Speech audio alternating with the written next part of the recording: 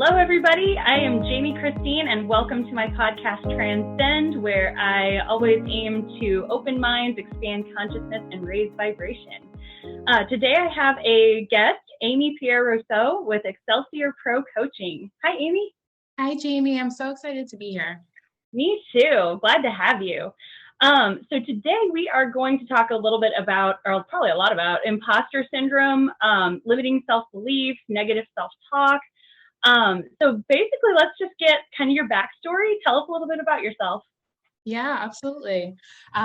Well, thank you for having me on. I'm so excited to be here. My background is that I recently, over the past year, launched my own coaching company, Excelsior Pro Coaching. And basically, it came out of a need to want to support people one-on-one and just fully support personal development goals. My background is in HR, where I worked in different industries, tech startups, and architecture and consulting. And throughout all the different companies, I saw this thread of some people not being as confident advocating for themselves, not sure what was on the table to negotiate. So while, one person would be having this amazing experience and have all of their share options negotiated and then, vacation and, flexible schedule, all of these things, the person beside them who is less willing to raise their hand and ask for what they needed would over time, I would watch it really affect people and have them lead to time management issues, burnout, which I saw a lot of over quarantine and the pandemic. Obviously, we're home juggling all of these things. So I decided I really wanted to learn people's goals and be able to walk them through how to get the balance that they're looking for. Very cool. And I'm sure you've probably dealt with your own fair share of imposter syndrome yourself. Definitely. And my background, my family, my parents moved here from Haiti, and I grew up in the States, but because I don't really have a huge group of people in my corner to ask unique questions, and especially working in HR, I really got to understand the other side of benefits management and share options and what people's experience are that they what they should be asking. And so that led me to really, have open eyes on both ends of that experience. And as I met other people who were in similar situations and just didn't really have a huge pool of people, resources to go to, I just felt like, oh, okay, I could do that. I can have these conversations with these people and really walk them through what they should be asking and might not know who else to go to. Yeah, that's awesome. Yeah, I'm definitely familiar with imposter syndrome myself. I actually wrote a book. One of my biggest dreams was to be a published author someday. And I finished writing my first novel in 2017. I know, it's exciting, but it sat there on my hard drive until 2020 was kind of my big push.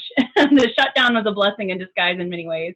But that period of time between 2017 and 2020, I used all the excuses of my busy life, which I've always had a busy life, but it wasn't an excuse because at the same time too, it was like, I was just scared. I was hiding behind the what ifs. I was hiding behind, are people going to receive this? Am I going to get ridiculed? Because I got some kind of out there concepts in the book that I wrote that I don't know, isn't mainstream in my small town. And I just was scared of how it would be received and just scared of putting myself out there. A lot of that negative self-talk, like I'm not good enough. I'm not a professional writer. I didn't take any formal writing classes or training. So who am I to do this? So just heard a little ding, but I don't know what that was. Anyway, so yeah, that's kind of my story of my main experience with imposter syndrome. But yeah, I finally, 2020 was kind of my big push. You know what? Just do it. The world's ready. The world's ready. And if they're not, who cares? You did the thing. That's incredible. I love that. And I completely just agree. And I feel like especially nowadays with social media, it makes it even more heightened that you're watching other people and everyone shares, the best of what's going on in their life. And then in professional roles, I kind of feel like across all levels, you're more junior, you feel like, oh, everyone's got things figured out. And as you're more senior, you move into this more like limited pool, fewer people in your circle. And so that can have its own feelings of like at different stages, just looking over your shoulder, unsure that you're there for the right reasons, if people are questioning, your expertise, your skill level. And I definitely felt that as well. I definitely felt that just pressure to be like, am I in the right place? But more than feeling that is I wasn't aware at the time how much that limits people to be able to like play with, oh, I want X, Y, and Z if you're already feeling insufficient or like there's limitations on your capabilities, perhaps. Yeah. What would you say is your best advice to somebody who needs that confidence boost? Or what was your own personal story of boosting your own confidence to kind of overcome all?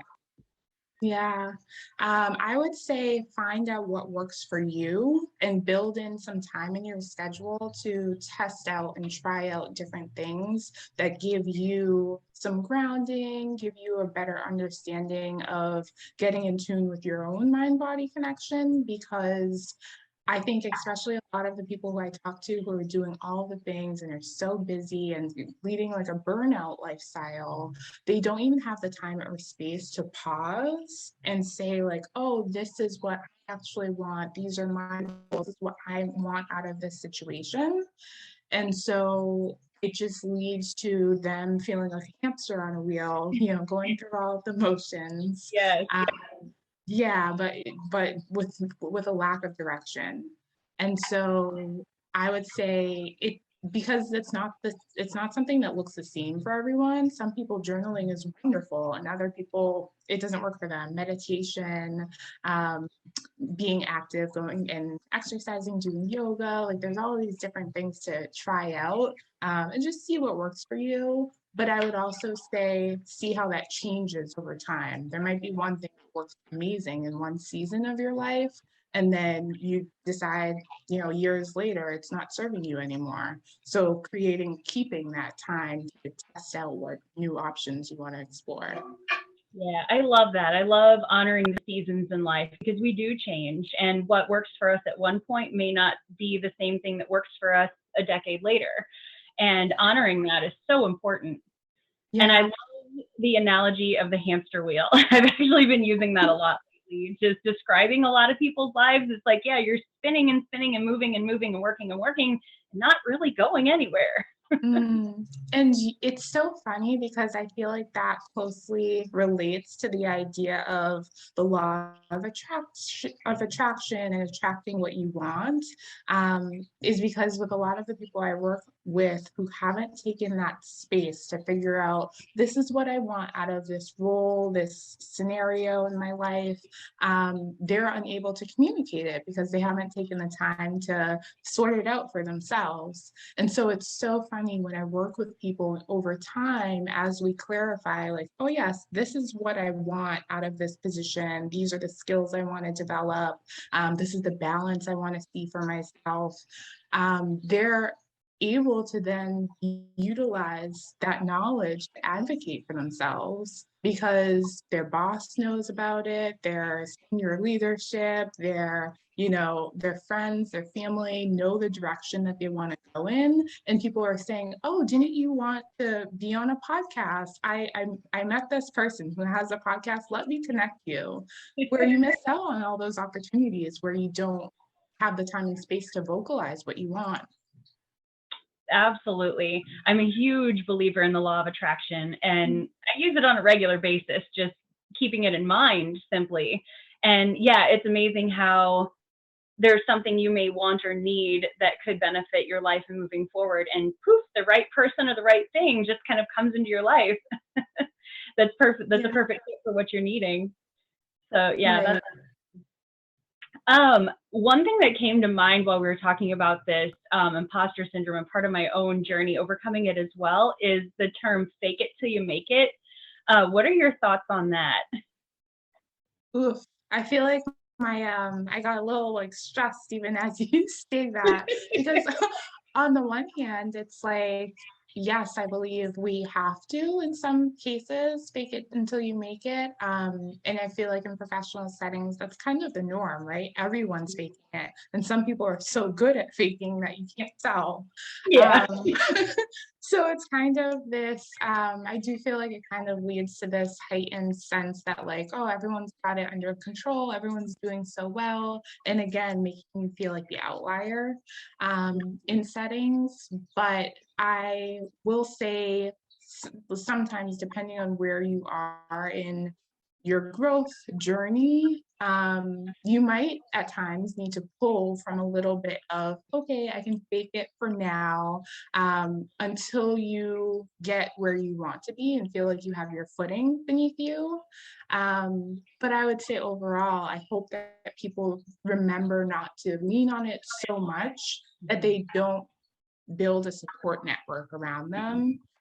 Because that's the biggest thing. Like if you're faking it and so focused on putting your attention on faking, you may not also be balancing out your attention and energy on growing the skills that you really do want to be more confident in letting people in. This has been such a season of vulnerability. For Um, sure. yeah, and so like if you're able to let people in, all of these conversations that you set the stage for, allow people to talk about their areas where they can develop, their areas of where they feel weaknesses. And it's such a powerful tool to help people who are looking to you. And so that's another thing I really hope that people don't lose in getting so caught in faking it. Yeah, I love that description. In fact, like everything that you said aligns so much with what I believe about it too. While at the same time, I keep thinking it would be nice if we had a different term for it, because I have experienced myself where I feel like I faked it until I made it. Yet the faking it part was more of like an internal knowing that I am good enough, but it wasn't on the surface quite yet. Like there was part of me that believed, yes, I am good enough, I am capable enough, I am worthy enough. And there was another part of me that's like, no, you're not, no, you're not, no, you're not. And I feel like the faking it part was simply like shushing that voice that said, no, you're not, Mm. and overcoming that. And just, you know what, I'm going to pretend that I am. I'm going to pretend that I'm good enough. I'm going to pretend that I'm worthy enough and capable enough and all of that. And I'm going to do that enough to where that pretending I am good enough resurfaces that knowing that I'm good enough. And then all of a sudden it's like, I don't feel like I'm faking it anymore. I feel like I believe it now. And that's been my personal experience of fake it till you make it. So it's like there was an authenticity that I was pulling from within myself that felt fake at first because I've Yeah. been so scared and so hidden and hiding behind my limiting beliefs. And then yeah, once I drew from that authenticity, I quieted those voices that said I'm not good enough. Then yeah, I was able to come forward and say, yes, I am good enough, and this is real. This is the real me. I'm Mm. not faking that anymore.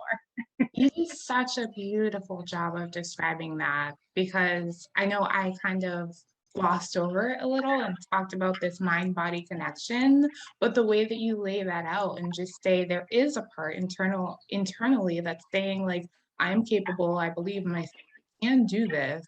And this other part tugging at you like, oh, don't put yourself out there, stay hidden. Yeah. And I think just so wrapped up in that fear that exists when it's your first time doing something like your book again. Thank Excited you. about that.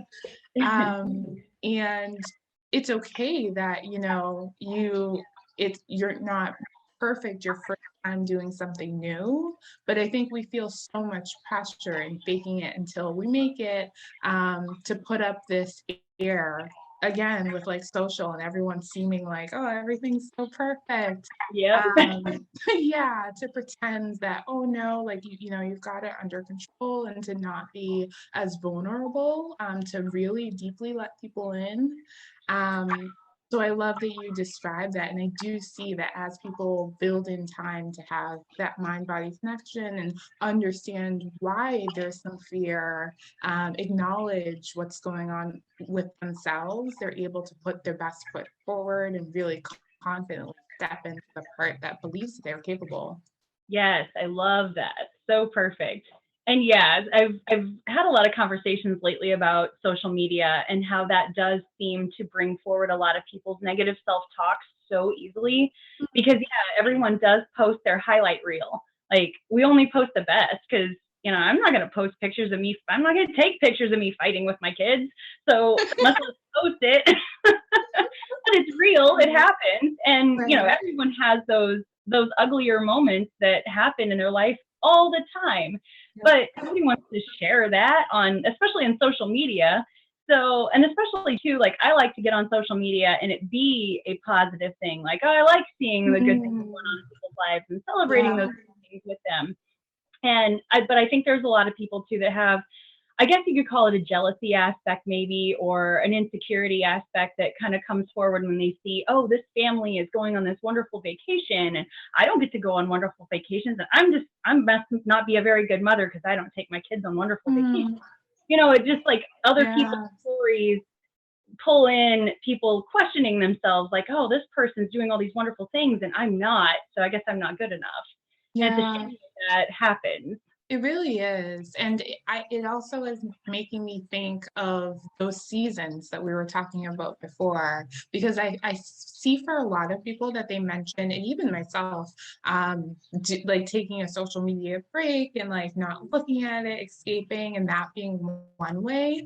But I also say like go a step further. And from time to time, as you go through these seasons of life where things change for yourself, maybe that person that you followed, you know, 2 years ago is not quite aligned with your new season, where you're going, the direction you want for yourself. And so I would say every now and again to kind of go through and like you said, who is sharing positivity, who is sharing uplifting messages, who when I see their reel come through makes me smile. And you know, both the good and the bad sometimes finds opportunities to share some vulnerability, some honesty about real aspects of life, and keep engaged with those people. Again, back to the law of attraction, attract Yep. more of that in your life, and shed some of those things that maybe aren't serving us anymore. Yeah, that's hard to do because some people get into a comfort zone where things that aren't serving them are they just feel too normal and they don't want to Yeah, let go of that feeling of normal because it is well the comfort zone. They're familiar with it. But definitely. yeah, I love that allowing yourself to be vulnerable too is so important. That's actually something that's really helped me overcome insecurities was getting to know more of those vulnerable aspects of other people, knowing that other people struggle in the same ways that I do, knowing that other authors have had imposter syndrome, for Mm, example. That helped me out a ton. I was like, oh my gosh, I look up to all these other authors out there and it's like they did it. Their book is on the shelf. But you don't see the journey leading up to that book on the shelf. Like they had a journey just like I did, just like we all do, that they questioned themselves. They didn't believe in themselves. They didn't think they were good enough. They questioned if this story was worth sharing or if anybody would get anything out of it or if they were wasting their time or whatever. And you don't see that part of that author's journey. All you see is that finished product and that beautiful book on the shelf and all the accolades that go with it. mm, And I had to remind mm, myself, like, I'm on the part of the journey that all the other authors have been on. And I want to get to the part of the journey where my book's on the shelf too. yeah, So, yeah, it's remembering like we're all human. We all question ourselves at some point in time. We all think maybe we're not good right, enough. And the right. people who have succeeded are the ones that shushed that voice and powered through and found out they are good enough. Yeah.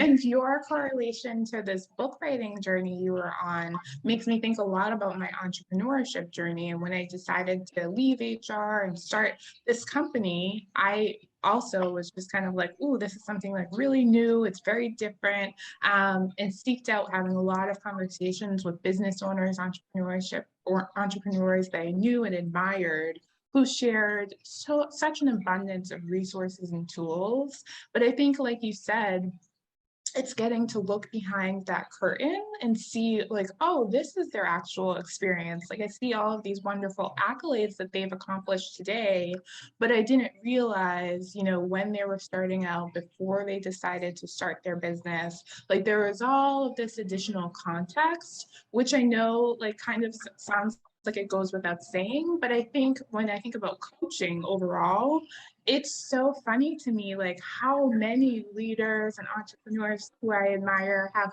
not just one coach, but several coaches. And I'm sure you realize this during your book writing journey is when you set out to accomplish a very specific thing. Like you can have a book writing coach, you can have a business coach, you can have a life coach, like all of these different pieces kind of supporting one another. And I just love that because sometimes I feel like people worry if they don't already have the supports in their life. Like, like what do I do? Like maybe you have a spouse that's not super supportive. Maybe your friends are questioning if that's the right direction you should take, or your family. And so it's just awesome to know that there's such a network out there where you can find a coach for anything, and really get that extra support and accountability to get you there. That's huge. I totally agree with that. And and yeah, whether they call themselves a coach or not, anybody that assists you on that journey, like we can't do it alone. And I think a lot of people think that, oh, I gotta push through this alone. It's like, no, the more people you have in your corner and in your support group, the farther you're gonna get. And yeah, there's people of all different kinds of abilities and like so many different things that you can draw from. Like marketing's not really my thing and web development isn't my thing, but hey, I found a person who that is their thing, and he helped me on that part of the journey. And then Andre Smith, he was part of the group where we met. He helped me, or he was my coach for the authorship part of the second book that I wrote. And I had a life coach along the way to help me overcome my own beliefs and my personal journey. And it's like all these little pieces of the big puzzle of my life involved all of these different people coming together and working with me on this journey. And that's the same with everybody. Yeah, same. I'm so grateful for my coaches. And even though I was so unfamiliar with the aspect of coaching at one point in my life, it's so funny because now I'm actually at a point where I couldn't imagine going through these new stages and new things that I explore doing all by myself. And even saying that out loud, it's like, well, why would I want to? Why would I ever? There's such an abundance of knowledge, resources that exist out there to pull from. Yeah. And me being a coach is so mutually beneficial. I learned so much from my clients, and support them, and we're able to learn from and grow with one another. Yeah, for sure. I love that. So we had talked a little bit about limiting beliefs too. Did you want to expand on that? Because I feel like everybody can relate to limiting beliefs, but it's something we don't open up about enough. Yeah, limiting beliefs for sure. I think one thing I hear commonly is the prioritization of addressing it. I think it's like this big, deep, heavy thing that you again are on your hamster wheel and you, especially for people who have been feel like they've been on this path to eating, quote unquote, in a specific way, but just people who are in professions that took a long time to get into, or put a lot of schooling or training to get to where they are. They feel like, well, I've done all of this, and a lot of hesitation if they're not feeling fulfilled with it, on making a change or even figuring out, how to make the change. So I think a big part of the limiting beliefs is finding the urgency of like, why now? Like, why should I address this now? When you've already, gotten to where you are, you kind of are hesitant to shake things up. So I think that's a little bit funny in and of itself, because that alone is a limiting belief, to think that you can't take all of what you've done and shift it into something that's going to support you into what will be fulfilling, and what will connect you to what you are passionate about, if you've not found that yet, or if you don't have enough time for what you're truly passionate about in life. But yeah, that's definitely one thing, is that people from different career stages and even entrepreneurs, being able to find like, okay, this is urgent now because I need to better support the people who are looking up to me. If you're a leader in an organization, like, people are going to relate to you more if you acknowledge and work on your own limiting beliefs, and kind of pull back a little bit of that curtain that we were talking about, where maybe someone junior is really struggling, and you want to support them. Or if you're that really junior person, understanding that everyone goes through it. Because I've had a lot of people have this kind of like aha moment where it's like, oh no, I thought everyone was just kind of chugging along and everyone was awesome except for me. And just slowly, gradually realizing that's not the case, and you have so many beautiful, wonderful gifts that you bring to the table. So being able to celebrate those as you develop other in other areas. Yeah, for sure. I think it goes to say feeling alone is a huge setback, huge holdup. So realizing that there are other people that have the same fears and same insecurities and same limiting Mhm. beliefs, just like we all do. Like you said, sometimes it feels like, oh, I'm the only one that feels this way. Everyone else out here is awesome and they're accomplishing things and they're doing all this wonderful stuff. And I'm not. Who am I to accomplish something great? When in Right. reality, all of those people who had all those wonderful accomplishments came from the exact same place of wondering, who am I to do all these wonderful things? Yeah. And one thing that's standing out to me as well, when I before, when I mentioned like the social media clear out, or evaluating who you're spending time with, who's in your network that really serves you and energizes you and motivates you, and all of those pieces, and who isn't. But I think as we talk about this idea of like the limiting beliefs that you're working through and not doing it alone, sometimes that process of kind of clearing out or reprioritizing your time, can really open up and make space for new people who are either experiencing the same limiting beliefs that you're experiencing currently, and you can kind of relate to one another, or the people who are a few steps ahead of you and developing on that limitation, and just kind of looking to them, pulling them in for support, and really being able to understand what things look like on the other side of overcoming that limiting belief. I love that. Yes, finding that person who's about 2 or 3 steps ahead of you. Mhm. Yeah, that's huge. And Definitely. knowing that, yeah, you can be there too.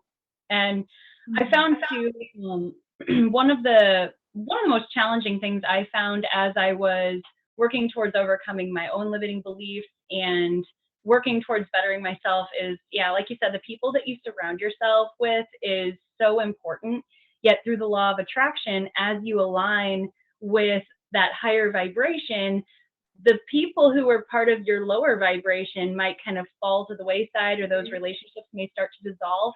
And I think that's a hard thing to go through, because it's hard to let go of a relationship, even if you realize it's not serving you, or even if you don't realize it's not serving you and the Mhm. universe is clearing it out for you.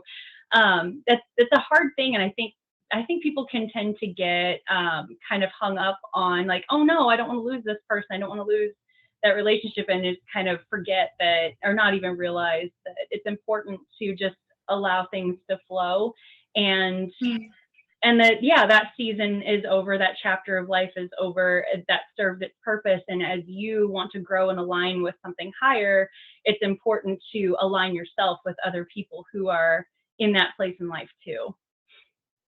Yeah, I love that. It's true. I feel like you had mentioned the idea of getting comfortable before, and I think that's so tied in it. We think of who maybe you grew up with, or who has supported you maybe in the past in different stages.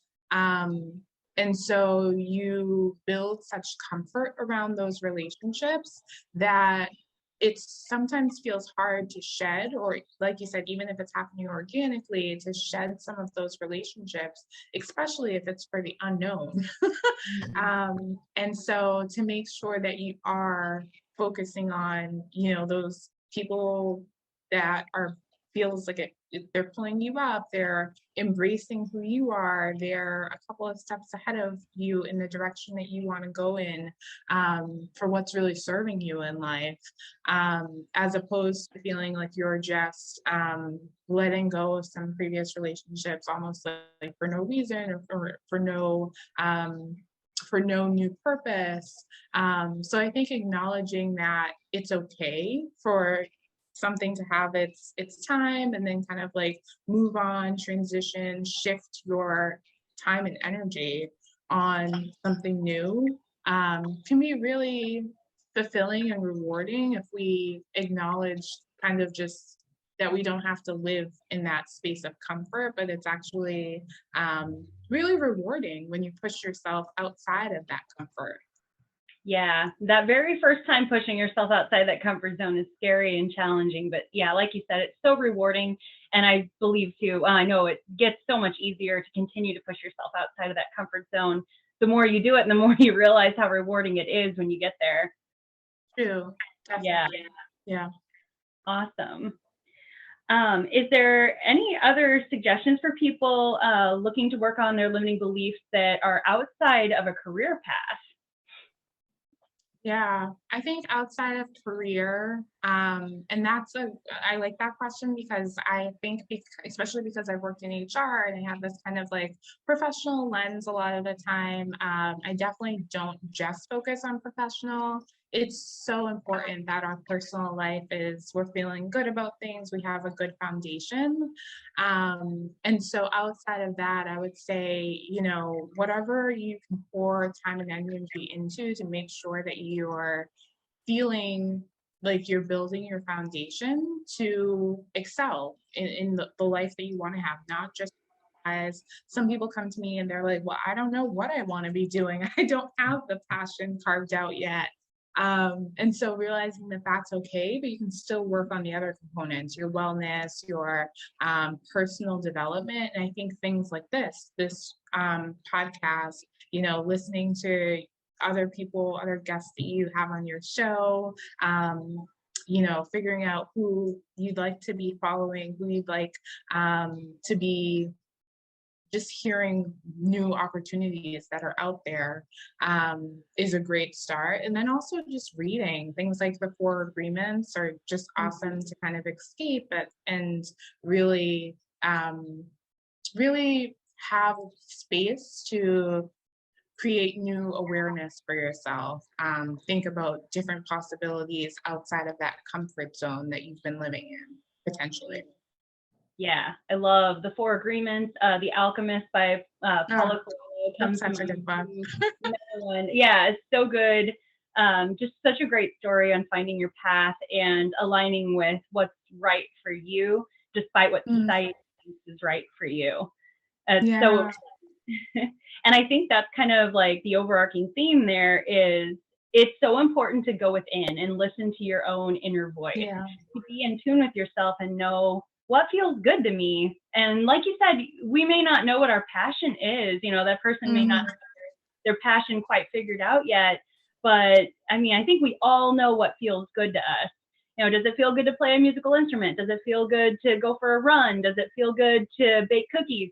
Like we all have those little things that feel good to us in our lives. So it's like, you don't have to know exactly what your passion is, but continue to fill your life with things that feel good. And be aware of what feels good. Be aware of that uplifted, heightened feeling that you get when you do things that that do fulfill you or make you feel good in the moment. and start relating that to the people that you surround yourself to. Mm. Like, do I feel kind of dragged down when I'm hanging with this person? Are they, sharing all the negative aspects of their life without any intention of lifting that part of their life up or finding a solution to some of the problems that they have in their life? Are they just always complaining? We all know people like that. But, and then, pay attention, like, oh, this person really wants to focus on positive things. They want to celebrate the wins in their life. There's so many people with fear-based mindsets. There's so many people who get caught up in anger and frustration. Yeah. I don't like feeling that way. I don't want to hang out in that angry, fear-based place. So the more you are self-aware, the more you're aware of like, ew, this doesn't feel good to me, the more you can say, all right, well, I'm going to draw a line here and not surround myself or do those things or hang out with those people. Oh, this does feel good to me. I'm going to get more of this in my life. Yeah. Those examples you highlight of like real life scenarios of increasing your awareness are so important, because I think when we do get into a cycle of sometimes running on autopilot, it can be a little shut off. Like you're no longer thinking about, oh, this is what I really enjoy, or like tapping into what intuitively feels right, feels good, feels like the track you want to be on. And so to kind of realign in those ways that you describe, and be able to find opportunities to tap back into that, are so valuable to get you re-engaged with your own purpose, your own direction. And I think oftentimes the people who come to me and are kind of like, I have no idea, I don't know my passion, or sometimes know their passion and aren't sure how to make it lucrative, their main source of income, those kinds of things. It's sometimes going back to things that feel a little bit unrelated. And that's why I say like the personal side is so important as structure, as foundation, because like you said, it's like your life training for what's going to set you up to be successful and to thrive in all of these different areas of your life. And so I couldn't agree more with what you were saying about just tapping into yourself and trusting, giving yourself opportunities, low stakes, to trust your gut. Yes, I love it. So good.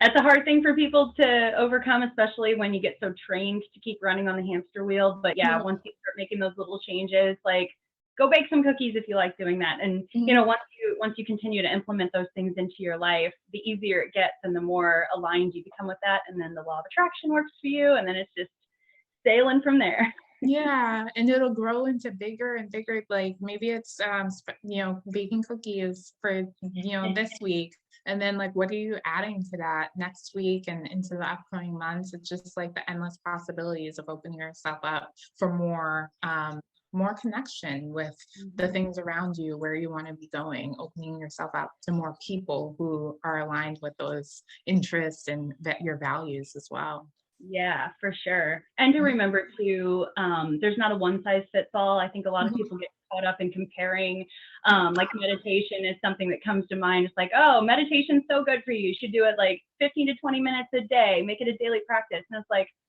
man, I'm still struggling to really like doing that. There's some different meditation practices I've liked, like there's different breath work techniques and stuff.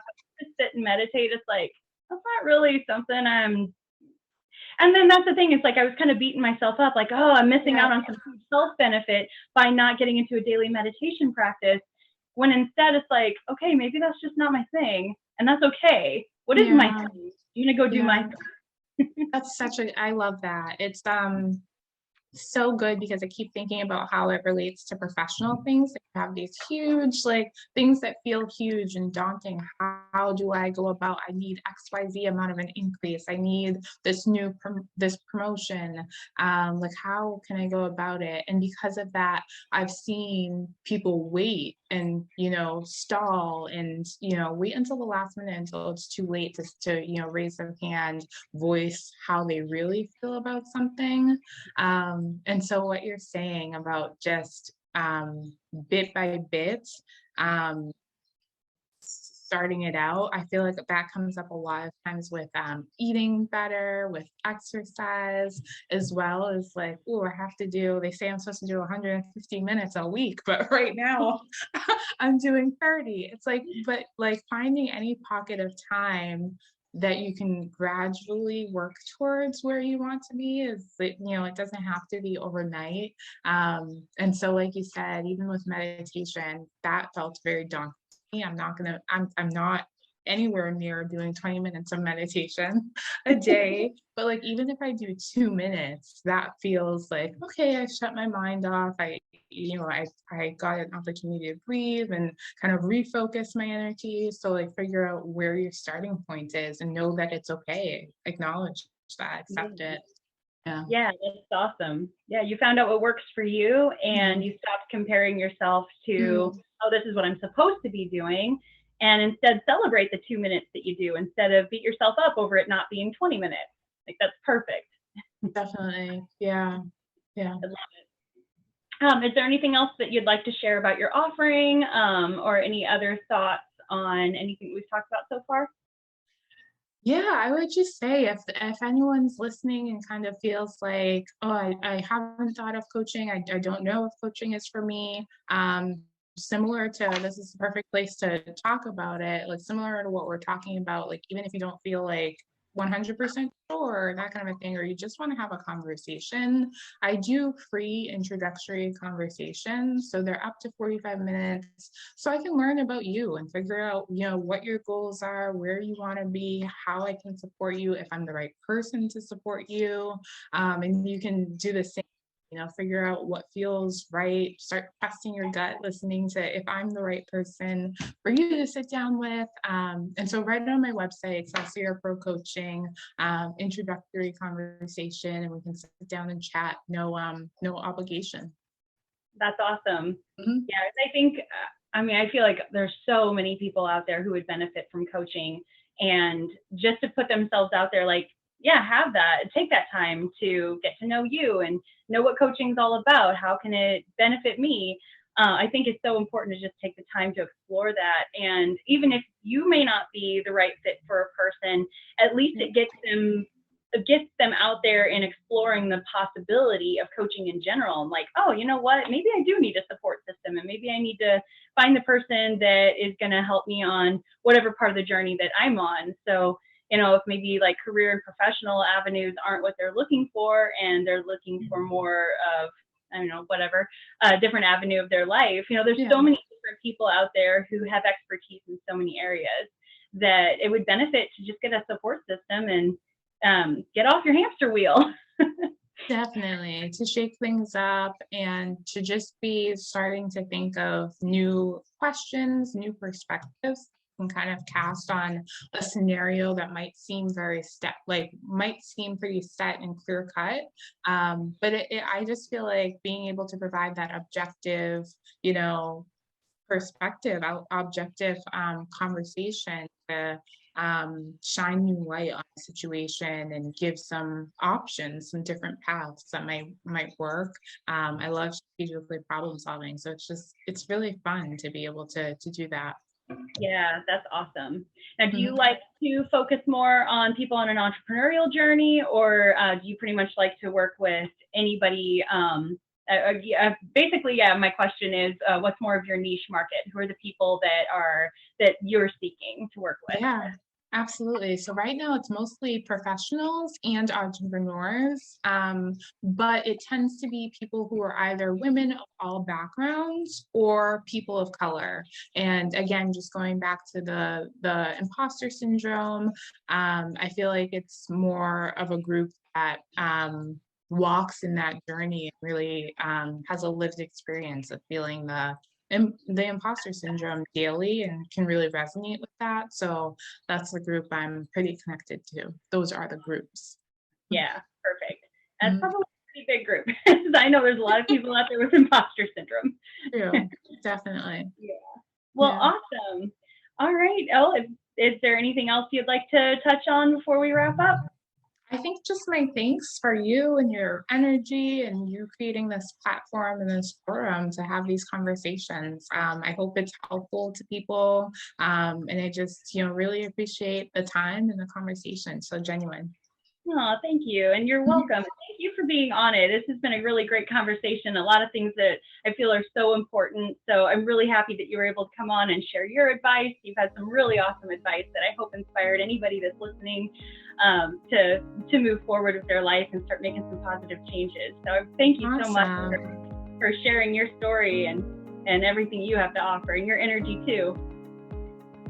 Thank you. Thank you for having me.